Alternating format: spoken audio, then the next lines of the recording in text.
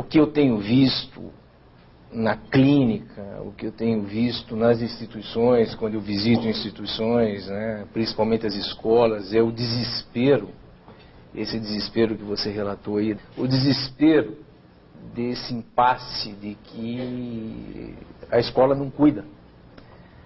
E o que resta à escola é ficar mesmo, desde o início que ela recebe a criança, ficar preparando a criança para esse futuro intelectual, para esse futuro estúpido aí do vestibular, porque não há espaço para esse cuidado.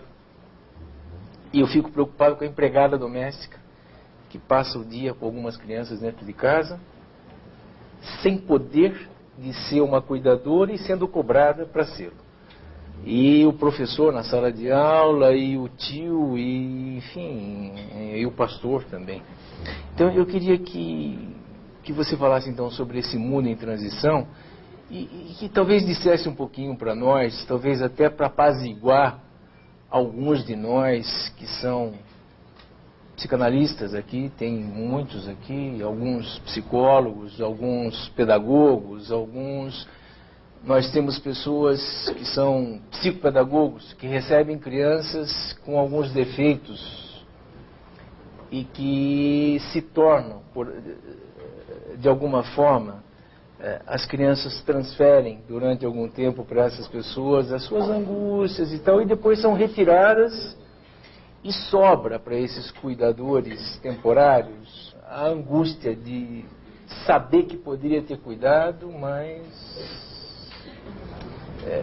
também não tem esse papel, né? A escola teria que assumir, né, e se transformar, né, numa outra coisa para que ela pudesse efetivamente criar parâmetros de autoridade, né, para as crianças, né, padrões de interiorização, né, de não ser apenas um lugar onde as práticas de ensino, de formação intelectual se dessem, mas que tivesse ao mesmo tempo todo um papel na constituição afetiva da criança, né?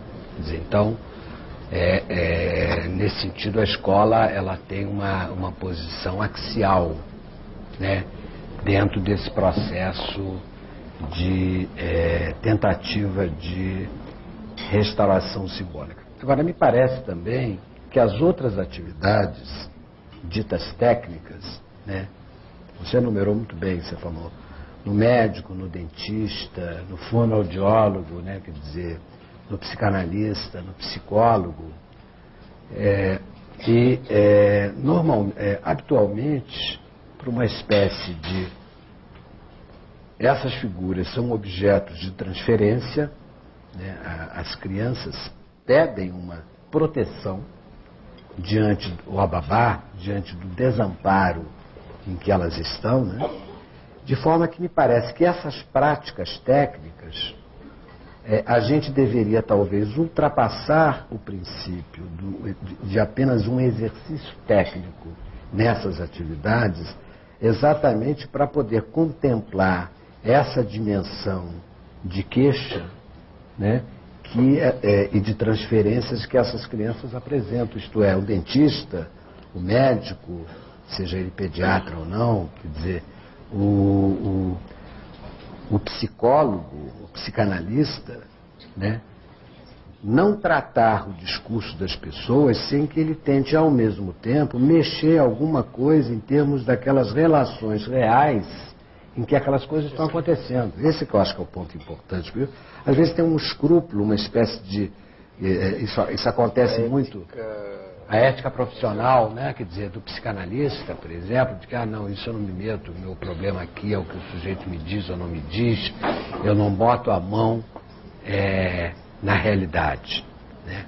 Mas me parece que faz parte do trabalho do psicanalista, do médico, do psicólogo, que ele possa mexer nas relações reais para que as relações simbólicas, para que o campo do discurso, da linguagem, ganhe consistência. Senão a gente vai estar tratando das pessoas no nível de uma linguagem esvaziada, né? Quer dizer, ou essas relações se transformam minimamente no plano da conflitualidade real e são pessoas mais fragilizadas que o adulto, que são crianças ou adolescentes, quer dizer, que precisam de uma espécie de aporte do outro, né, diante das figuras dos pais, para que aquilo que é tratado terapeuticamente ganhe efetivamente um peso efetivo. Senão, o que eu temo, né, e a gente vê isso frequentemente na clínica, que da mesma forma como os pais querem se livrar de um peso quando mandam os filhos para a escola, toma que o filho é teu, digamos assim, ela faz a mesma coisa com o médico, com o dentista e com o psicanalista. Exatamente a mesma coisa. Ela quer se livrar de um problema, é como se o meu filho está no analista, então eu não preciso mais me preocupar com isso. Se meu filho está na escola, eu não preciso mais me preocupar com isso.